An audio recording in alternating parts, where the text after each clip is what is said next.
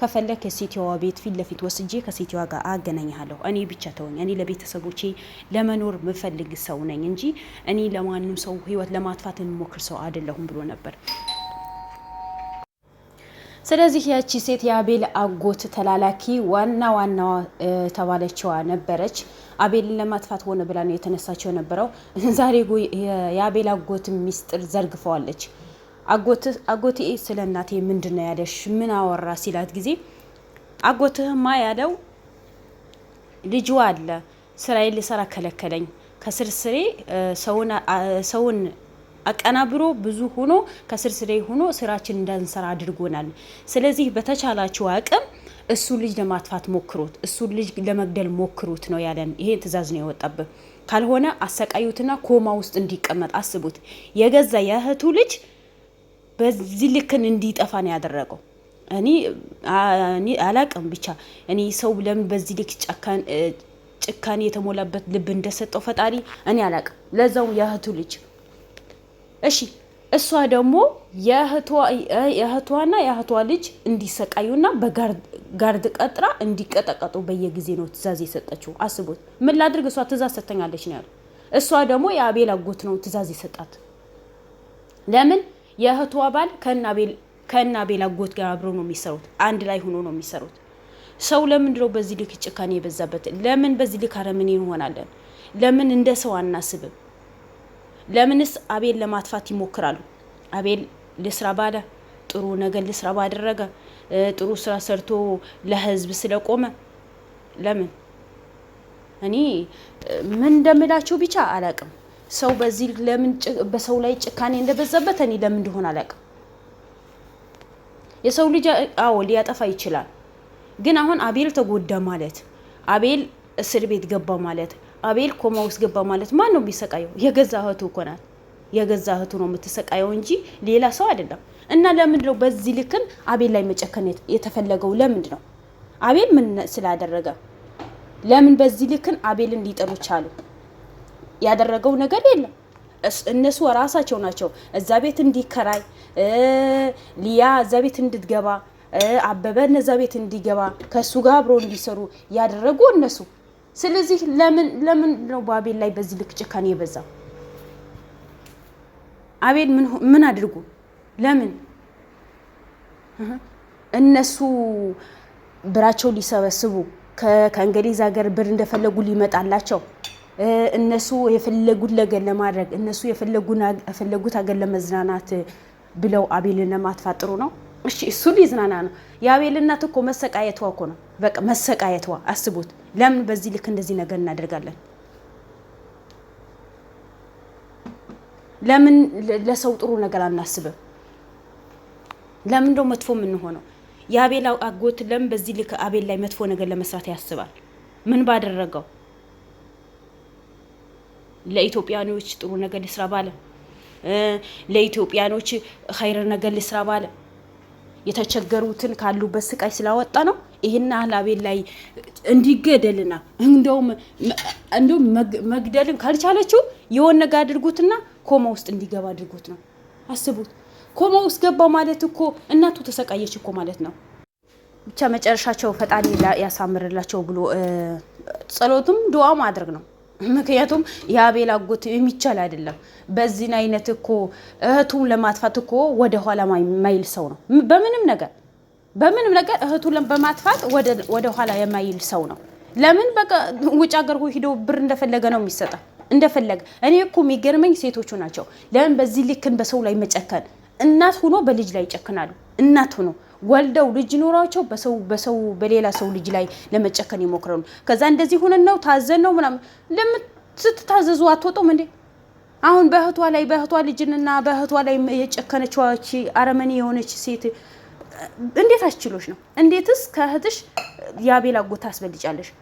ከእህቷ ተደብቃ የሚገርማችሁ ነገር ከእህቷ ተደብቃ ከእህቷ ባልና ከአቤል አጎት ጋር ተገናኝተው ይሄ ስራ ነው የሚሰሩት። አስቡት። ለምን እነሱ ለማጥፋት አቤልን ለማጥፋት የአቤል እናት በሽተኛ ሆና ቤት ውስጥ እንድትኖር ስራቸውን ይሄ እኮ ነው። በቃ የሚያስደስታቸው ይሄ ነው። የገዛ እህቱ ትሙት ትዳን ትትረፍ ልጇ እንኳን እስር ቤት ገብቶ እኮ መሰቃየቷ እኮ አይቀርም አይደል እንዴ? ይሄ እኮ እየታወቀ እኮ ነው። ስለዚህ በዚህ ልክን የእህቱ ያላዘነ ሰውየው የሌላ ሰው ያዝናል ማለት በጣም ከባድ ነው። በጣም ከባድ ነው። ምክንያቱም እሱ አይደረስበት አሜሪካ እዛ ውጭ ሀገር ቁጭ ብሎ ነው እንደፈለገ የሚጨፍረው እንደፈለገ የሚኖረው። ምክንያቱም እሱ ደስተኛ ይሁን ስለሌላ ሰው ምን አገባው? ስለሌላ ሰው ህይወት እኮ የሚያገባው ነገር የለም። የራሱ ደስታ ብቻ ነው የሚፈልገው። አረ ብስሚላ ለመስማትና ለማየት የሚቀፍ ነገር ነው ሀገራችን ላይ የሚደረገው። ለምን በዚህ ልክን ሰው ላይ እንደሚጨክኑ እኔ ምንም የማይገባኝ ነገር ነው። አይገባኝም። በቃ ጭራሽ ሊገባኝ አይችልም። እኔ ለምን ብትሉኝ ሰው ምን አደረገ? አቤል ምን አደረገ? አቤል ምን ስላደረገ ነው በዚህ ልክ አቤል ላይ ጭካኔ የሚበዛው?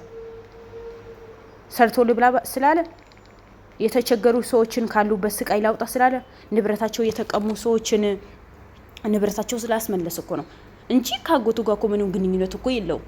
ተጣሉ፣ ቤተሰብ ይጣላል። እንኳን ቤተሰብ ከቤተሰብ ተውትና እግር ከእግር ይጋጫል።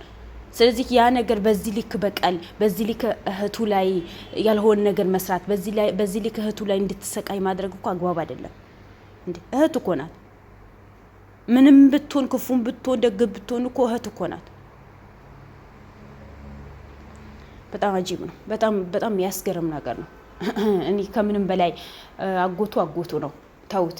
እኔ ምን እንደሚያጓጓኝ ታውቃላችሁ?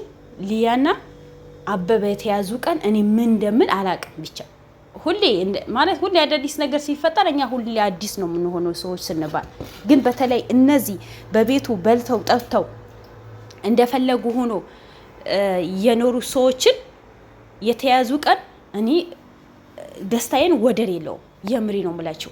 በቃ ለምን እንደሆነ አላውቅም። በጣም እነሱ እንዲህ ፊታቸው ሳይሸፈን ምንም ሳይሆኑ ሚዲያ ላይ ቢለቀቁ ለምን ነገ የሌላ ሰው እንዳይጎዱ። ዛሬ የሰሩትን እኮ ነገ አይሰሩም ማለት እኮ ከባድ እኮ ነው። ገብታችኋል? ምክንያቱም ዛሬ በሰው ህይወት ላይ ተጫውቶ ነው የኖሩት። ብር ለምደው ነው የኖሩት። ብር የለመደ ሰው ምንም የሰው ርህራሄ የሌለው ሰው ይመለሳል፣ ለሰውን ያዝናል ማለት እኮ በጣም ከባድ እኮ ነው። ባይሆንማ አቤል አጎቱ እኮ በእህቱ ላይ እንደዚህ ባልጨከነ። ግዴታ አቤል ላይ ስለደረሰ እሷ ምንም አላላትም እንዳትሉ። ልጇ ተሰቃየ ማለት እኮ እናት ትሰቃያለች። ከልጅ በላይ እኮ ነው እናት የምትሰቃየው። ገብቷቸዋል? ከልጅ በላይ እናት ትሰቃያለች። ስለዚህ ያ ስለሆነ ለምን በዚህ ልክ ለምን እንደሚጨክኑ አላውቅም። አቤል እስር ቤት ገባሽ፣ የአቤል እናት እንቅልፍ ይወስዳታል። የአቤል እናት ትበላለች፣ ትተኛለች። አቤል ታሞ አሰቃይቶ ኮማ ውስጥ አስገቡት። የአቤል እናት ጤነኛ ትሆናለች ብላችሁ ታስባላችሁ? ስለዚህ ይሄ በሙሉ የሚያደርገው እኮ ብር እኮ ነው። በቃ ብር አለኝ የፈለኩ ነገር ማድረግ፣ ብር አለኝ የፈለኩኝ ሰው ማጥፋት። ማንም ከሀገር ውጭ ነኝ፣ ማንም የሚጠይቀኝ ሰው የለም። እሱ እዛ ቁጭ ብሎ ብሩን ይልካል፣ ዶላሩ ይልካል። አገር ያሉት ደግሞ ሞኞችን የሰው ህይወት ለማጥፋት ይጣጣራሉ። ሰው በደካማ ጎኑ ገብተው ስራ እንደሌለው የቀን ስራ እንደሚሰራ ቤቱ እንዴት አድርጎ እንደሚመራ በደንብ መርምረው ጠይቆ ያውቁና ደካማ ጎኑ ካወቁ በኋላ አሪፍ ስራ አለ ለምን እዛ ስራ የሚሉታል። ከዚህ ስራ ውጣ፣ በአንድ ቀን በሰራው እኮ ጥሩ ገንዘብ ታገኛለህ። ስለዚህ ምን ሆነህ ነው? ለምን ከዚህ ስራ ትወጣ? ቤተሰቦች ጥሩ ሁኔታ ለምን አታኖራቸው የሚሉትና ወንጀል ውስጥ ይከቱታል። የኔ ቢጤው ደግሞ የቀን ስራ ሰርቶ ቤተሰቡ በሀቅ መንገድ በላቡ ያመጣው የሚያርሱ እውነት ነው። ከዚህ ስቃይ ለምን ያ ነገር አልሰራም ብሎ ይወጣል። ስለዚህ መጨረሻ ላይ እንደዚህ ያልሆነ ወንጀል ውስጥ እንዲገባ ያደርጉታል። እኔ አላቅም፣ ብቻ ምን እንደምላችሁ አላቅም። በተለይ ዛሬ አጎቱን ያዘዘው ትዕዛዝ እኔ ስሰማው በጣም ነው የደነገጥኩት። ለምን በዚህ ልክ ለምን እንደጨከነበት ራሱ ነው የሚያውቀው። ጭራሽ ያ ሁሉ አልፎ ሰው ገድለሃል ተብሎ ተሰቃየው፣ እናቱ የተሰቃየችው ይሄን ያን ያክል መከራ እንቅልፍ ያጣበት አንሶት ገና ዛሬ እሱ እንዲወገድ ትዕዛዝ ተወጣበት። አስቡት፣ ትዕዛዝ ተሰጣቸው። ለምን ተብሎ የት ነካ? ቤትህ አልገባበት፣ ገንዘብህ አልኖር፣ አታለብሰው፣ አታጠጣው፣ አታበላው። ይኸው እናቱም እኮ ደግፍሻለሁ እኔ ወንድምሻለሁኝ ብለህ እኮ ስቃይ ውስጥ እንድትገባ ነው ያደረካት። እኔ በጣም የአቤል ነገር በጣም ከባድ ነው። አቤል ለማንኛውም ራስህን ጠብቅ። የሚጠብቀው ፈጣሪ ነው፣ ግን ራስህን መጠበቅ አለብህ። እነዚህ አጎት ተብዮ እንኳን ለአንተ ለእናትህም ወደ ኋላ አይልም። ሚስቱ እንኳን ሳትሞት አይደለም እንዲህ ሞተች ብሎ የቤተሰቦቿ የተናገረው።